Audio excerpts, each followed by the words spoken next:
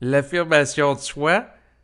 Avertissement par rapport aux propos tenus dans le cadre de cet enregistrement.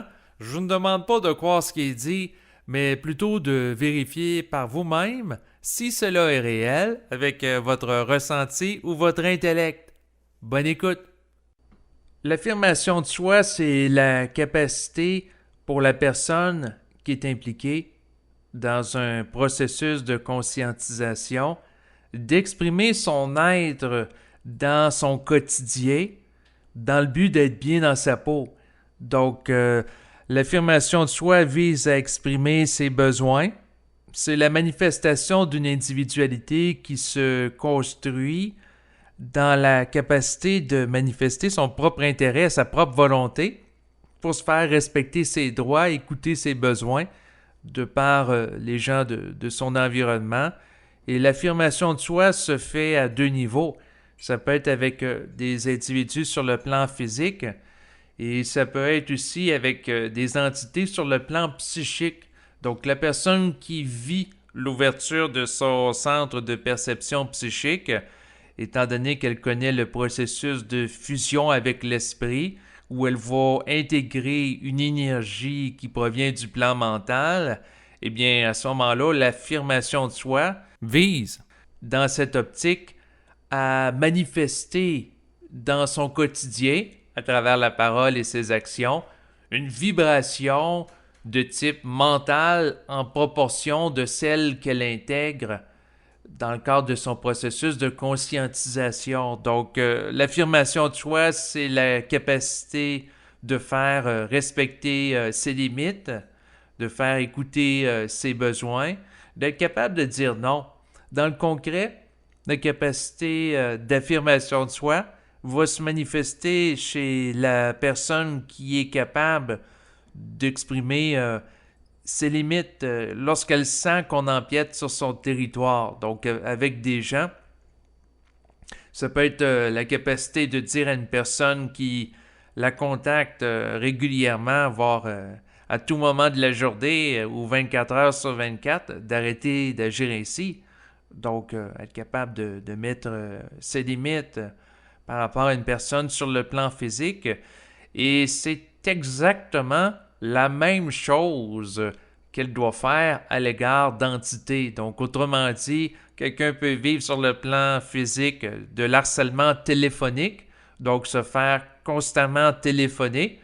Et au niveau psychique, il existe aussi de l'harcèlement psychique, c'est-à-dire qu'une personne reçoit constamment des idées qui proviennent d'entités qui sont désagréables. Donc, autrement dit, quelqu'un peut se faire harceler au téléphone en se faisant dire des éléments désagréables, donc des insultes, des moqueries, se faire chanter des bêtises pour employer d'expressions québécoises. Et c'est la même chose au niveau psychique. Donc, autrement dit, quelqu'un peut se faire traiter d'idiot, peut se faire dire des choses qui sont stupides de la part d'entités qui cherchent à le dénigrer, un peu comme la personne qui va être bombardée par des téléphones. Donc, la personne qui peut se faire intimider par des gens par téléphone peut se le faire également intimider par des entités sur le plan psychique.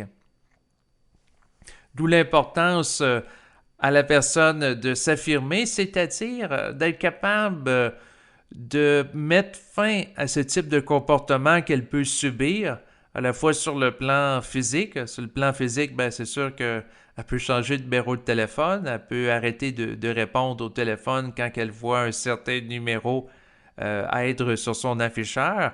Et sur le plan psychique, elle peut agir d'une manière similaire. Donc, autrement dit, si la personne reçoit une pensée d'une entité et elle perçoit que derrière la vibration de la pensée, il manque d'ajustement, eh bien à ce moment-là, c'est de ne pas croire la pensée, de ne pas lui donner de valeur, de ne pas la réfléchir, donc de ne pas lui accorder de l'importance, de la nourrir de son énergie.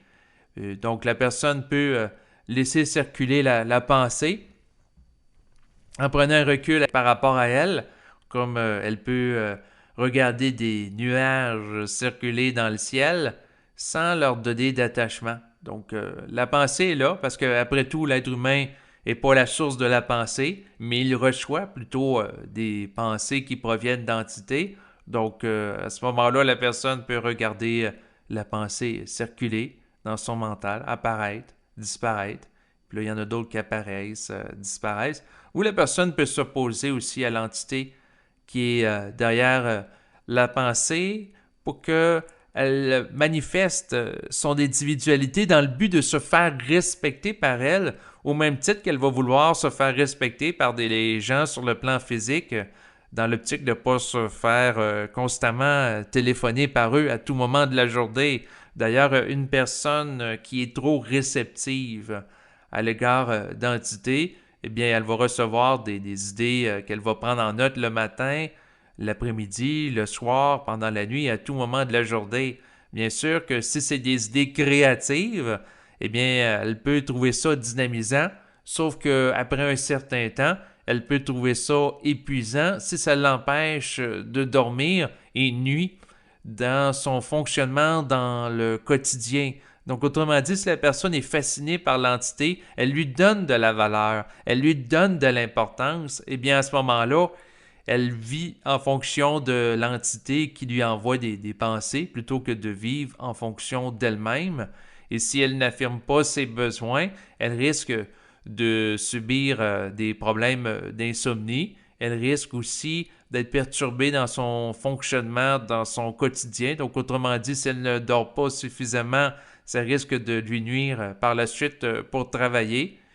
Et ça, c'est les limites qui vont se pointer à l'individu liées à son comportement qui va lui occasionner de la souffrance et qui, ces limites-là, liées à un trop grand attachement à certaines entités, peuvent l'amener à renégocier intelligemment son rapport avec l'entité, au même titre que l'individu qui passe trop de temps avec une autre personne sur le plan physique peut être appelé à renégocier son rapport avec elle de manière à ne pas souffrir et à faire respecter ses besoins.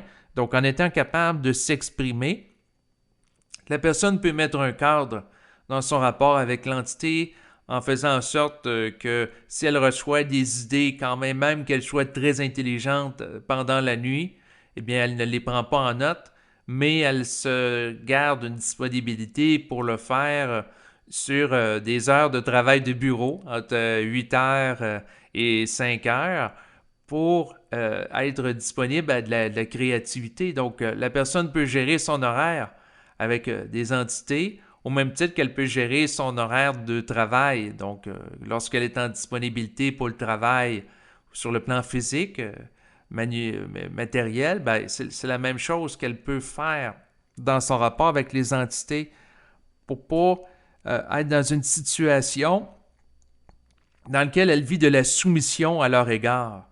Et toute personne qui souffre d'une situation de soumission à l'égard d'individus dans son environnement ou d'entités est appelée tôt ou tard, lorsqu'elle est impliquée dans un processus de conscientisation, à rééquilibrer le rapport, parce que si le rapport manque d'équilibre, cela lui gruge trop d'énergie vitale. Et l'individu qui se conscientise, son objectif, c'est toujours d'augmenter sa quantité d'énergie, sa vitalité. Donc, c'est d'éliminer les pertes d'énergie. Et pour éliminer les pertes d'énergie, toutes les attitudes de soumission, de réflexion, de culpabilité qui fait que l'individu va bafouer sa parole ou ses besoins ou de les négliger, va être transformé. Et d'ailleurs, c'est ce qui lui permet d'accéder à une grande santé, parce que si l'individu, pour ne pas déplaire à autrui, pour ne pas se sentir pas correct, coupable, s'il n'agit pas toujours pour faire plaisir à autrui, ne dit pas ce qu'il a besoin de dire, ben, ça donne de la retenue, ça donne du refoulement. S'il y a trop de refoulement avec le temps, bien tôt ou tard, la personne, ça peut l'amener à vivre une dépression ou ça peut l'amener aussi à exploser, donc avoir un comportement d'une manière disproportionnée qui va être la canalisation d'une expression d'éléments qui ont été refoulés pendant longtemps. Et là, ça peut donner place à une action qui peut être choquante, une action qui peut être violente, tout dépendant de la situation Donc, autrement dit, l'affirmation de soi est quelque chose que l'individu en conscientisation est appelé à connaître davantage pour être bien dans sa peau, parce que la finalité de l'individu qui s'éveille, c'est vivre la paix de l'esprit, donc être bien dans son mental et être bien tout le temps, 24 heures sur 24. Et pour faire ça, eh bien, il doit exprimer ses besoins parce que en général, les autres ne les devinent pas. Après tout, c'est pas tout le monde qui est médium. Et même si les gens sont médiums, si les gens perçoivent les besoins d'autrui de par leur sensibilité, ça ne veut pas dire nécessairement qu'ils vont agir en accord avec ces derniers, parce que après tout, chaque être humain a ses intérêts et ses besoins, et dans certains cas, il y a des besoins qui sont divergents. Donc, il y a des gens qui ont besoin de se reposer, il y en a d'autres qui ont besoin de s'activer, et vice-versa. Donc, il y a des gens qui ont des besoins à certains moments de la journée et d'autres à d'autres moments. Donc, il y a des gens qui vont dormir plus tard, d'autres plus tôt. Il y en a qui se lèvent le matin plus tard et d'autres plus tôt. Donc, ça varie. Et c'est la même chose par rapport aux entités qui ont tous leurs besoins, leur agenda. C'est la personne sur Terre qui vit en fonction de la croyance en des divinités qui vont lui dire quoi faire, qui savent ce qui est bien pour elle.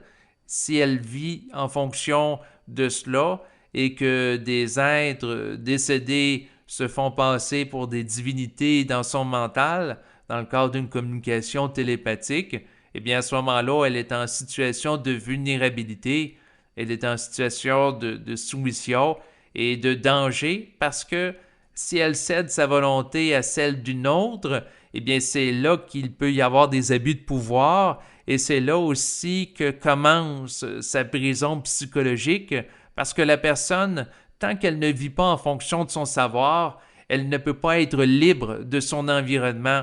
Donc, sans la capacité d'affirmer son savoir, ce qu'elle canalise comme étant réel, selon sa sensibilité, eh bien, elle vit toujours au crochet d'autrui, que ce soit un être physique ou psychique.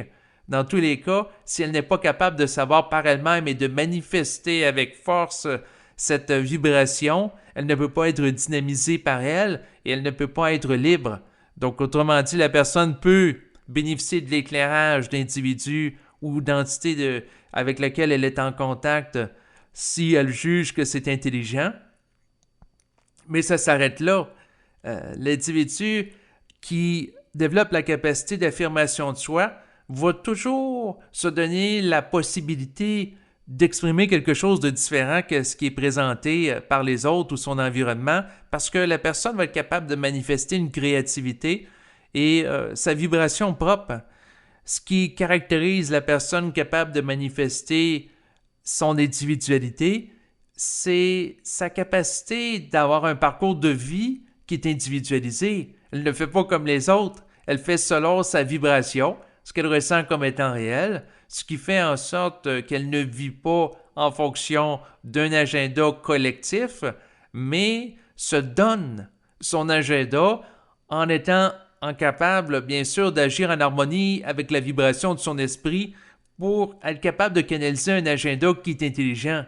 Donc, autrement dit, l'affirmation de soi vise à exprimer l'individualité dans la vie de tous les jours à travers ses actions. Les actions, ça peut être très simple, mais qui vont avoir beaucoup d'impact. Quelqu'un qui est capable de raccrocher le téléphone par rapport à une autre personne qui est déplaisante, de mettre ses limites. Quelqu'un, par exemple, qui est capable de mettre ses limites au niveau du travail. Donc, quelqu'un qui se fait demander de travailler pendant 6 heures, 8 heures, 12 heures, 16 heures de manière continue et est capable de dire que là, c'est trop, que c'est disproportionné. Donc, qui est capable de mettre ses limites pour pas qu'on ambitionne sur lui au niveau du travail. Eh bien, ça, c'est une expression du respect de soi et de l'affirmation d'une individualité qui est assumée. Donc, ça a une vibration qui est derrière ça. Et plus que l'individu est capable de se faire respecter dans son individualité par rapport à des êtres sur le plan physique et également psychique, et plus que sa vibration va être rehaussée en proportion, parce que ça élimine les pertes d'énergie qui pouvaient venir d'être de son environnement. Donc, autrement dit, en relation avec ça, ça va favoriser son épanouissement.